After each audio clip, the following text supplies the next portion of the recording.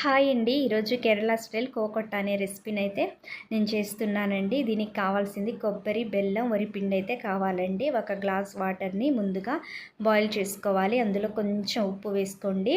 స్వీట్లో ఎప్పుడైనా ఉప్పు వేసుకుంటే బాగుంటుంది కదా. నెక్స్ట్ అనేది దాంట్లో చక్కెర వేసుకోండి, ఒక స్పూను. పైన కోటింగ్ అనేది చప్పగా లేకుండా టేస్ట్గా ఉంటుంది చక్కెర వేయడం ద్వారా.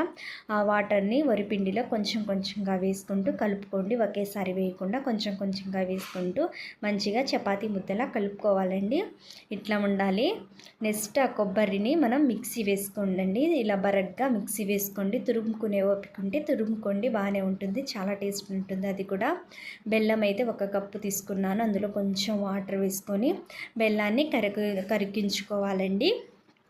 తర్వాత నేను ఒక కాయ మొత్తం వేసుకున్నానండి కొబ్బరి.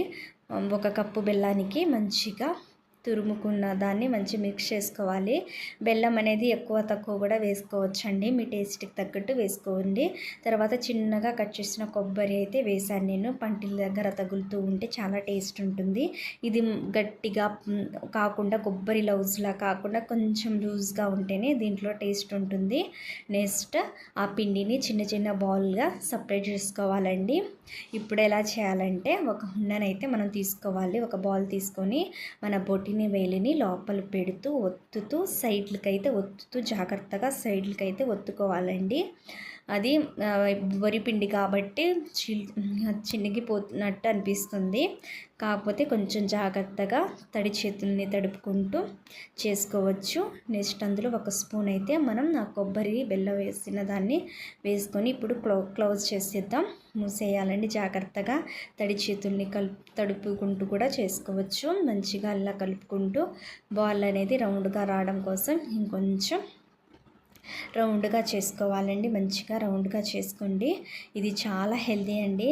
మన ఫెస్టివల్కి చెక్కలు, చక్రాలు, అరిసెలు ఇవి చేస్తాం కదా, వాళ్ళైతే ఇవే చేస్తారండి. కోకట్ట, అచ్చప్పం, ఉన్నియప్పం, ఆడ ఇవి చేస్తూ ఉంటారు. వాళ్ళు చాలా హెల్దీగా తింటారు. ఆవిరితోనే ఉడికించుకుంటారు. ఇవి పిల్లలకి స్నాక్స్గా పెట్టినా చాలా ఇష్టంగా తింటారండి. ఇంకోటి కూడా చూపిస్తాను చూడండి.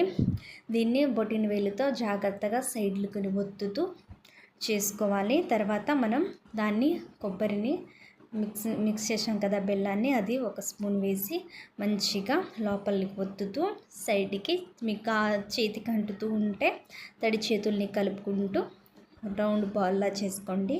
అంతేనండి. తర్వాత ఇడ్లీ పాత్రలో ఒక 2 గ్లాసులు వాటర్ వేసుకోవాలి. ఇడ్లీ పాత్ర తీసుకొని ఒక 2 గ్లాసులు వాటర్ వేసి